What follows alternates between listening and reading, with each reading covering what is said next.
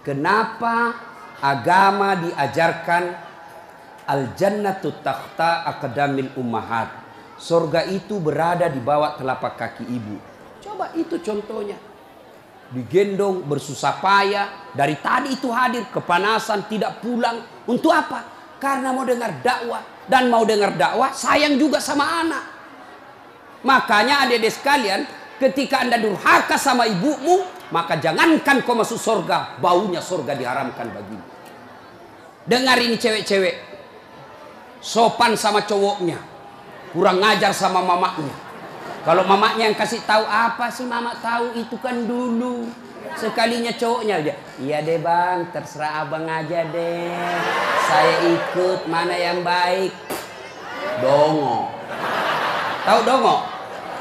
Beleng-beleng. Tahu beleng-beleng? Itulah makanya. Adik-adik sekalian, kalian mau sukses, muliakan orang tuamu. Tidak perlulah kau kursus kiri kanan. Muliakan orang tuamu, Allah yang angkat derajatmu. Itu janji Allah. Biar kau sekolah tinggi-tinggi, tapi kau tidak hargai bapakmu, kau hina orang tuamu, bisa jadi kau dapat kerja, tapi kerjaan yang kau dapat makin jauhkan kau dari agama. Bisa jadi perusahaanmu lancar, tapi perusahaanmu justru menyeret kau masuk gampang neraka. Ada orang tidak cerdas, tidak terlalu berkualitas dirinya, tapi dia muliakan orang tuanya, Allah angkat derajatnya. Maka adik-adik, muliakan orang tua, enak hidupmu. Itu tadi model anak sekolah. Kalau kita model yang sudah punya istri, bagaimana modelnya Ustadz durhakanya? Takut sama istrinya. Dapat rezeki, suaminya bilang, bu, sudah lama kasihan ini nomor antrinya bapak, mau haji tidak dapat. Ini ada kasihan duit, bagaimana kalau kita kasih umroh dulu ibu, bapak kita kasih umroh dulu di kampung. Apa langsung dia bilang istrinya, apa? Bapakmu terus. Apa? Mamamu terus. Langsung dia bilang suaminya, sudah mipalek, terserah kau. Ada begitu di sini? Ada. Beleng-beleng. Apa kamu takut sama istrimu? Nawamu semua dia kau ambil semua. Jangan takut sama istri, Pak. Bapak tidak bakal bahagia dalam hidupmu kalau kau lebih takut sama istrimu untuk membahagiakan orang tuamu. Nah. Makanya hidupmu susah dalam rumah tangga. Kenapa? Istrimu kurang ngajar sama ibumu. Maka bilang sama istrimu, jangan coba-coba sakiti perasaan ibu saya. Kalau kau lukai perasaan ibu saya bawa kau ke pengadilan agama, saya ceraikan kau baik-baik. Kan saya bilang sama mamanya, istriku di rumah, boleh kau marah-marah sama saya, boleh kau tutup pintu, yang penting tidak kau kunci. Boleh kau lempar kepalaku, yang penting tidak kena. Satu yang tidak boleh, jangan kau pernah hina orang tuaku. Begitu kau hina orang tuaku, wabillahi taufiq wal hidayah, keluar. Begitu deh. Ada di sini takut sama istri? Jangan, Pak. Itu yang membuat ibu juga kalau mau bahagia rumah tanggamu, muliakan mertuamu. Datang mertuamu dari kampung, dari Sulawesi Selatan, hormati. Jangan baru duduk mertua dia bilang, kapan ki pulang, mak? Bawa ini, kasihan itu orang tua kalau dari kampung naik dari Parepare, turun di pelabuhan barang, bawa ayam 3 ekor, lepas di terminal 1, nah kejar lagi tuh, bawa pisang, bawa beras, bawa semua dia bawa, kasihan. Padahal anaknya sudah ada kerjanya di papan, dia bawakan itu. Begitu cintanya orang tua kepada anak. Jadi wajar kalau ibu bapak kurang ajar, tidak akan mendapat berkah dalam hidup. Muliakan orang tua ya. Kalau ada yang tanya-tanya, kenapa hidupku susah selama ini? Tidak usah tanya jalan lain. Durhaka sama orang tua. Orang tuaku sudah meninggal, Ustaz. Cara berbuat baiknya. 1, doakan. Allahumma gfirli wali walidayya warhamhuma kama rabbayani. Saya heran lihat-lihat kita. Kalau tangannya ulama kita cium bagus. Bagus. Tapi pernahkah bapak perlakukan tangannya ibu seperti itu? Pernahkah bapak perlakukan tangannya orang tua? Saya orang lain. belum tentu saya doakan Bapak ikhlas. Doakan saya Ustadz, saya doakan tapi belum tentu saya ikhlas. Kenapa? Saya belum tahu Bapak. Tapi kalau orang tuamu yang doakan kamu, pasti ikhlas. Saya tadi ke sini ibu saya telepon. Mak, telo doa nggak mau kak mak? Woi, wali doa ngaku nak. Saya tidak doakan diriku. Kau selalu kudoakan karena kau selalu jalan. Itu ibu. Kalau suami bu, jangan sampai ibu juga berdosa kepada orang tua gara-gara suami. Jangan sampai bapak-bapak berdosa hanya karena istri. Jangan sampai kalian yang masih kecil durhaka sama orang tuamu, maka hidupmu bakal susah. Muliakan orang tua. Doakan. Allahumma gfirli wali walidayya warhamhuma kama rabbayani shaghira. Sudah itu doa lagi, ya Allah ampuni dosanya orang tuaku kalau sudah meninggal. Terima amalnya, lipat gandakan kebaikannya, lapangkan alam kuburnya. Sudah itu saja. Ada rezeki, sedekah. Ada rezeki, sedekahkan. Saya mau terang kuburnya orang tuaku. Perbaiki sound sistemnya masjid. Terang itu kuburnya. Saya mau terang kuburnya orang tuaku. Kirim pembeli lampu. Kasih tahu panitia masjid. Mulai bulan depan saya yang bayar itu masjid lampunya. Jangan ambil uang celengan. Terang itu kuburnya orang tua. Dan demi Allah tidak ada orang bangkrut gara-gara rajin sedekah. Ada yang bangkrut gara-gara sedekah? Mana buktinya? Makin sedekah makin kaya. Rahmat Mas'ud. Coba lihat. Orang datang itu, bos, membayar ke bos. Bos, baju sekolah bos. Bos, istriku melahirkan. Bos, terbakar anuku. Bantu. Tapi mana ada yang bangkrut kalau rajin sedekah? Tidak ada pak. Kenapa bapak ibu miskin? Kalau selalu minta-minta. Berhenti minta-minta. Allah kasih kau kaya. Sedekah. Saya tidak bisa sedekah dengan duit. Sedekah kau dengan tenagamu. Saya tidak bisa sedekah banyak-banyak. Sedekah dengan apa? Lihat itu masjid. Oh, sudah kotor anunya. Apa namanya itu? Kudungnya. Putih bukan, coklat bukan, hitam bukan. Kat diam nih. Sudah, bawa masjid satu kudung. Itu sedekah. Oh, masjid antara masjid dengan toilet jauh. Sedekah dengan sandal swallow. Nah, curi orang. Tidak ada urusan. Itu sedekah. Kita lihat karpet, sudah jelek, sedekah dengan karpet. Insya Allah banyak pahala. Hari Jumat kita kirim air botol gelas ke sana, air gelas ke sana. Orang minum itu sedekah. Saya cuma bisa nasi bungkus 10 saya sumbang hari Jumat, itu sedekah. Allah tidak lihat banyaknya. Yang penting ikhlas banyak daripada sedikit tidak ikhlas. Sedekah. Serius. Sudah sedikit tidak ikhlas lagi. Mending banyak ikhlas. Iya toh? Panasnya di. Nggak bisa konsentrasi sejenak.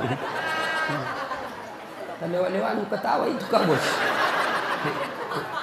Nah ibu bapak.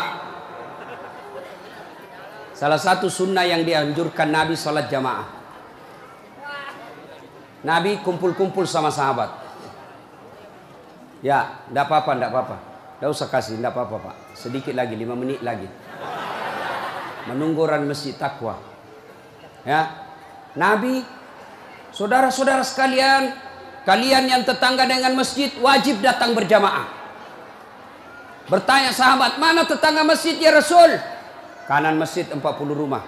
Depan masjid 40 rumah. Belakang masjid 40 rumah. Belakang masjid 40 rumah. Itu tetangga masjid. Bubar. Tiba-tiba datang tunanetra. Tahu tunanetra? Tidak melihat. Ya Rasulullah bagaimana saya? Oh kau lain karena kau tidak melihat. Pulang ini. Boleh kau sholat di rumahmu karena kau tidak melihat. Pulang. Belum jauh dipanggil kembali Nabi. Ya fulan, tan. Sini kau dulu. Kenapa? Kau dengar azan di masjid. Saya dengar ya Rasul. Kalau begitu kau wajib datang berjamaah di masjid. Zaman Nabi tunanetra wajib berjamaah karena dia dengar azan di masjid. Kalau ini hadis diterapkan Pak, penuh ini masjid jamaah. Kenapa? Kalau azan di menara sampai di ujung-ujung rumah dia dengar. Dan alhamdulillah masjid selalu ramai jamaahnya Pak. Terutama kalau subuh penuh sampai di luar. Tidak ada di dalam. Yang di dalam orang tua sudah pensiun. Kentara itu kalau subuh orang tua Pak, bau minyak gosok baru kita masuk pintu. Minyak angin, minyak gosok, cap tawon. Nggak ada Bulgari. Orang tua semua di dalam masjid. Kenapa orang malas ke masjid? Satu, karena dia tidak lihat pahalanya. Coba kalau Pak Rahmat Masud umumkan, siapa yang datang sholat berjamaah subuh dapat beras 50 kilo, pembeli pulsa 200.000. Jam 5 sholat subuh, jam 10 malam sudah pesan masjid sampai di luar. Kenapa? Karena dia lihat pahalanya. Yang kedua, kenapa orang malas ke masjid? Karena dia tidak tahu pahalanya. Dengar bapak-bapak ini, terutama kita yang sudah muka-muka sakaratil maut ini, yang sudah tua ya. Rajin-rajin ke masjid Pak. Berdoa mudah-mudahan Bapak lagi sujud ajal menjemput. Apa keutamaan berjamaah di masjid? Satu, kalau hujan, basah baju, atau kena debu melengket di badan, ke masjid, bajunya yang basah itu melindungi dia nanti di pada masa. Tahu mantel Pak? Hujan, kalau hujan pakai payung. Apa tujuan itu payung? Supaya Bapak tidak kena air. Supaya ibu tidak kena air kalau pakai baju mantel. Begitulah fungsinya baju yang basah. Ketika Bapak ke masjid dan gerimis, basah baju itu Bapak yang melindungi Bapak agar tidak disentuh api neraka. Sudah. Coba jangan juga salah paham. Teman-teman sudah dengar begini, hujan keras dia buka payungnya. Pergi di jalan, belen-belen namanya itu. Ya. Apalagi keutamaan berjamaah di masjid? Kata Nabi, kalau kau wudhu dulu, lalu kau datang ke masjid, langkah-langkah kakimu adalah jihad fisabilillah. Melangkah kaki kanan, 1 pahala dicatat. Melangkah kaki kiri, gugur dosa kecil. Jadi kalau 300 rumah masjid, dari rumah tak dari masjid, 300 meter kali 2, 600 meter. Berapa langkah kaki itu Bapak dapat? Apalagi kalau Bapak jalan begini. Berapa langkah kaki itu? Iya toh. Apalagi kalau Bapak keliling-keliling dulu ke kampung baru. Sampai di sini selesai orang sholat dong. Apalagi keutamaan berjamaah di masjid. Seluruh materi yang kita lewati, pagar, tembok, dinding, aspal, tumbuhan, semua jadi saksi. Dia akan berkata, ya Allah, jangan kau masukkan dia neraka, masukkan dia surga. Saya saksinya. Tanggal 26 November dia datang berjamaah masjid. Saya yang lihat. Itulah sebabnya kalau kita sholat jamaah, kalau kita datang ke masjid, setiap kita sholat sunnah di masjid, 2 rakaat pindah lagi. 2 rakaat pindah lagi. Supaya apa? Tambah banyak saksinya di akhirat kelak. Itulah sebabnya Nabi menganjurkan, kalau kau ke masjid, lain jalan waktu pergi, lain pula jalan waktu pulang. Ini amalkan Pak, amalkan, itu sunnah. Bapak datang masjid dari pintu sana, pulang dari pintu sana. Itu makin banyak saksi di akhirat. Yang keempat, lipat 27 kali. Artinya, sekali Bapak sholat di masjid, 27 kali sholat di rumah baru sama pahalanya. Apalagi, kalau di masjid ada disebut doa bersama. Mungkin di rumah Bapak susah sholat. Mungkin di rumah banyak godaan. Mungkin di rumah ibu bingung. Ini saya sudah tahiyat atau belum? Ini sudah 2 atau 3? Ini apa? Kalau di masjid aman. Tidak ada kecemasan seperti itu. Nah, itu datang ke masjid. Yang berikutnya, yang membuat orang malas ke masjid. Tadi, yang ketiga, manajemen masjid tidak bagus. Mana manajemen masjid yang tidak bagus? Selalu disimpan saldo kas. Jangan simpan saldo Pak. Dengar ini panitia masjid. Bapak kalau simpan saldo kas di masjid, Bapak yang tanggung dosanya, tidak jalan amalnya orang. Saldo kas 80 juta. Jangan simpan. Cari orang yang susah, yang rajin berjamaah. Ada utangnya di bank, bayarkan supaya dia lepas dari kredit. Boleh itu. Baru dia suruh cicil ke masjid. Kalau dia di bank berbunga, makin susah hidupnya. Boleh. Saldo kas 80 juta. Kita mau kencing tidak ada air.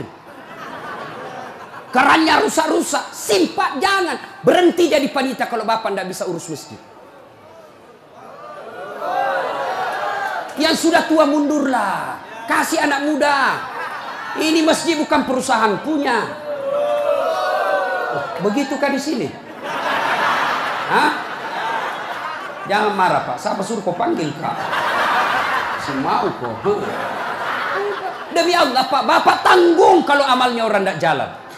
Bapak coba kalau itu uang cuma 100.000, tapi diberikan keran, maka selama keran itu berputar, selama itu orang yang punya uang dapat pahala. Tapi kalau dia cuma di bank disimpan, tidak jalan amalnya. Belikan dispenser, belikan kopi, tidak apa-apa, boleh. Jangan ditulis di masjid, dilarang tidur. Siapa yang larang tidur di masjid? Tidak ada dalilnya. Ayo, Bapak pernah ke tanah suci di Madinah, pernah ke Mekah, ada tidak ditulis dilarang tidur? Tidak, Pak. Barangkali ada orang tidak bisa tidur di rumahnya, dia datang ke masjid supaya bisa tidur. Itu memang boleh. Yang tidak boleh, ngiler. Maka kalau kau mau tidur di masjid, bawa kau bantal. Kalau tidak bisa, kau gelisah kau di rumahmu. Bertengkar kau sama istrimu. Istrimu ngomel terus. Maka dia bilang, jangan kau pulang. Merdeka. Bodoh itu istri sekarang kalau Nabi bilang sama suami, jangan kau pulang. Oh, gembirai. Langsung Nabi bilang pacarnya, sini kau sayang. Di rumahku kau tidur. Kulayani kau dengan baik. Sudah.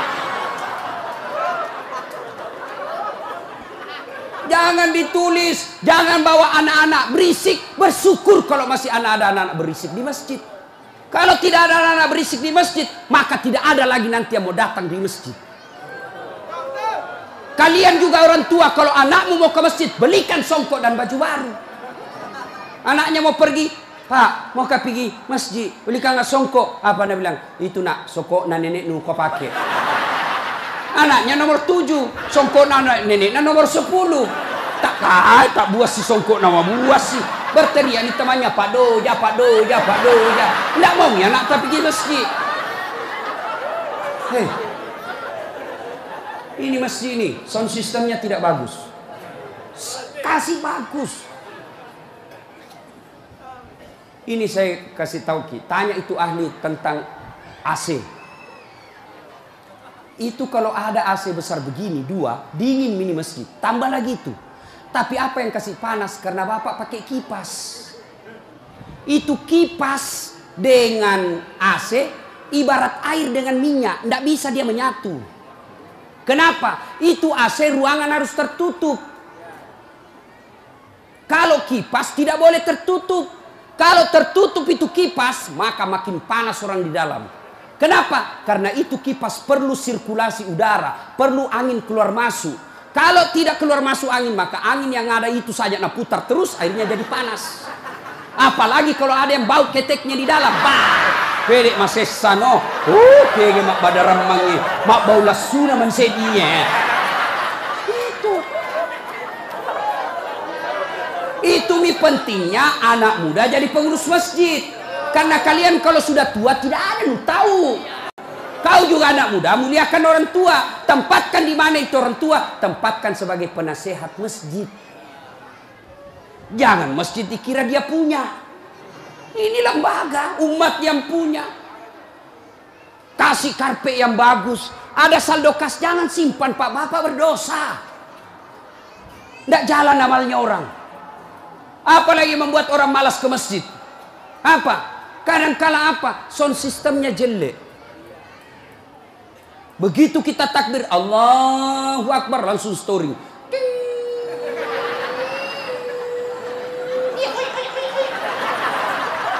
Mau ki perbaiki, sudah maki takbir, terpaksa si tangan ki.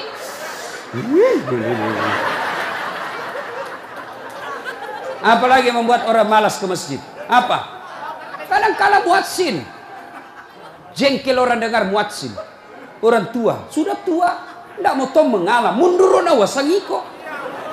Ayah.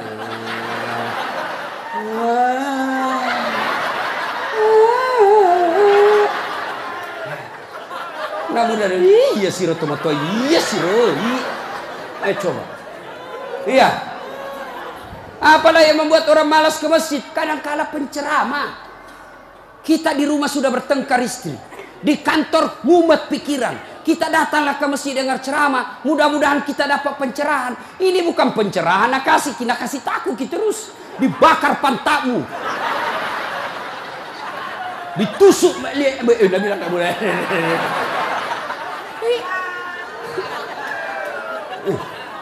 Iya.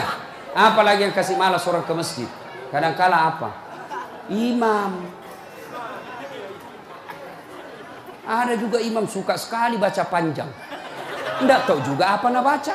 Nagaret memi. Dolin.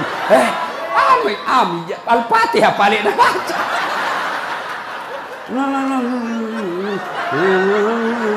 Dolin.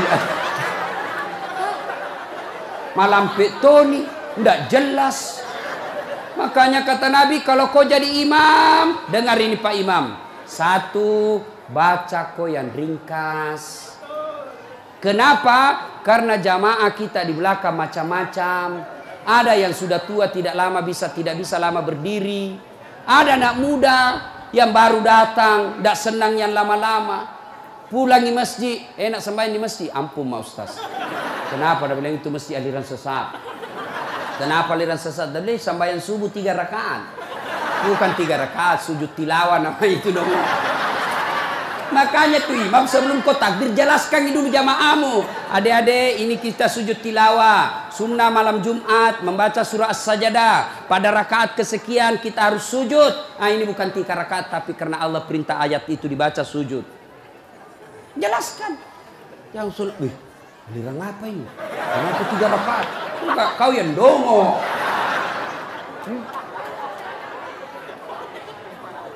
Tidak bisa orang lama-lama di belakang Pak. Mungkin ada orang mati yang ya karena dia tobat usia senja, tidak bisa lama kasih berdiri. Batena musessa, naik lagi kepalanya, belum bisa selesai. Nah ulah, malampir lupa. Jatuh lagi, naik udah lagi. Ada barangkali di dalam jamaah Satpol PP yang pakai sepatu baru. Lama ku baca, nah lupa simpan baik-baik sepatunya. Pasti dia hilang di sepatu. Bapak imam sesat. Maka pasti dia tidak khusyuk. Ada barangkali juga ibu-ibu yang sekali kentut sudah makan pete.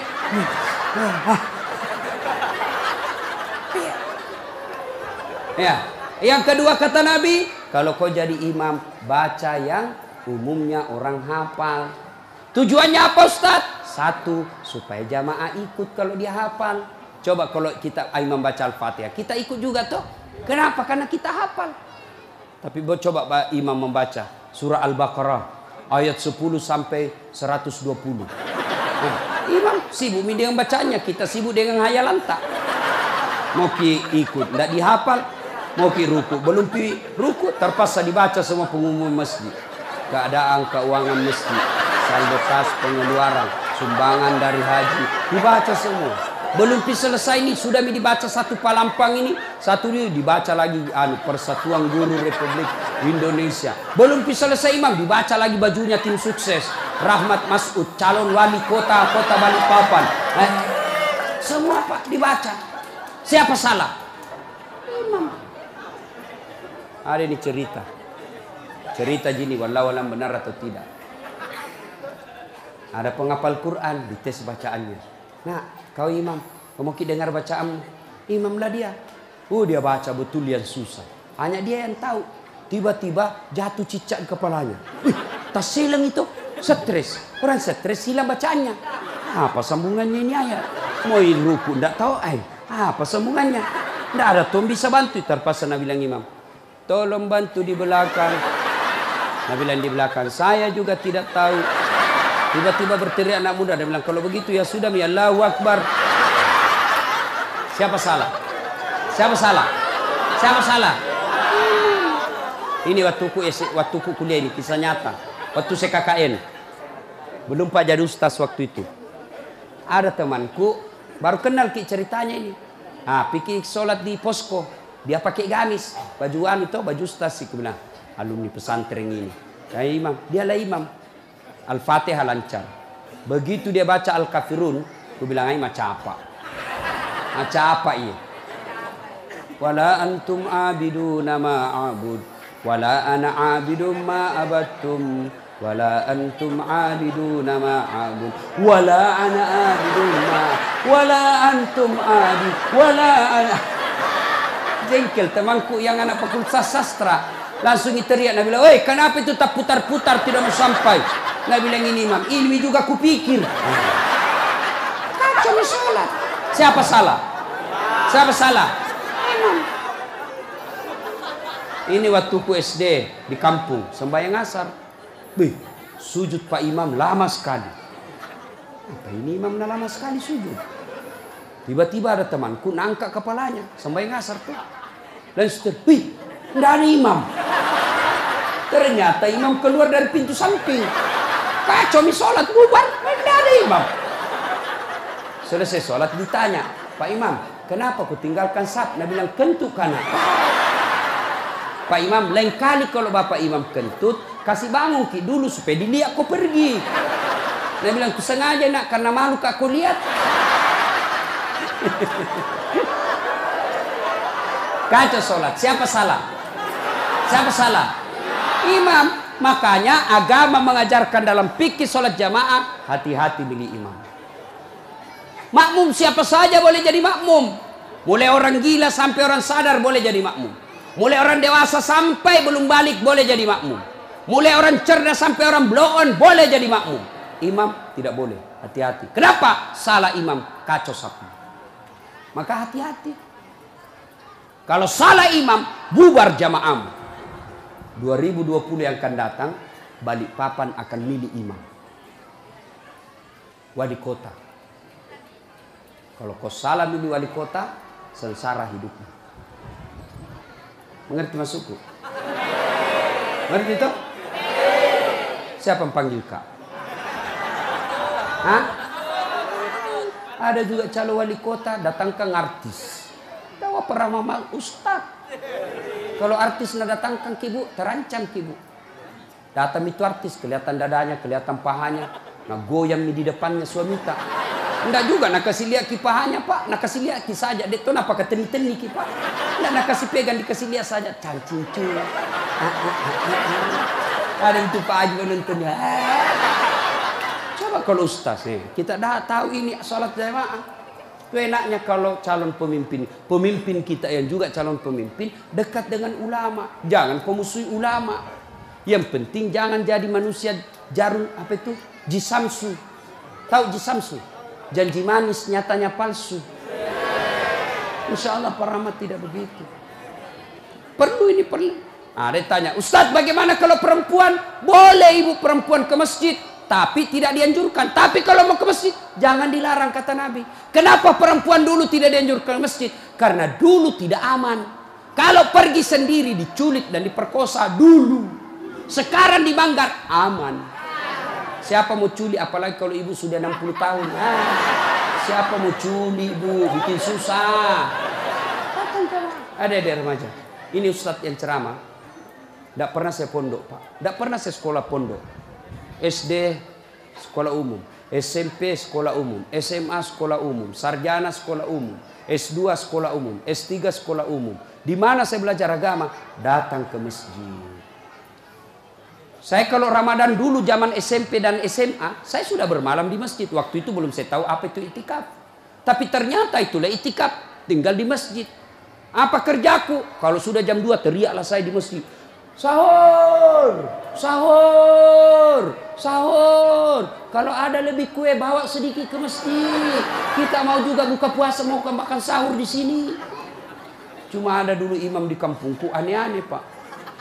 Berteriak ini bilang jangan pak, jangan pak. Orang kaget semua. Siapa yang pukul Pak Doja? Oh lari semua orang ke masjid. Jangan pak. Ternyata jam 4. Kacau orang. Sudah itu ditegur, jangan bilang jangan pak. Karena Pak Doja tidak tahu. Nah bilang lagi, sahur, sahur. Sudah jam 3 lewat 60 menit. Cocok tahu jangan pak. Ayo, ibu bapak, saudara-saudara sekalian. Kita juga jamaah, ada aturannya. Sudah ya? Nah, karena sudah waktu, dari tadi saya tunggu, alhamdulillah. Kalau masih mau dengar ceramah, kita pergi rame-rame ke Masjid Taqwa. Kan tidak dibayar gitu. Nah, kita sama-sama lah ke sana. Ini saja tausiah kita, mudah-mudahan ada manfaat.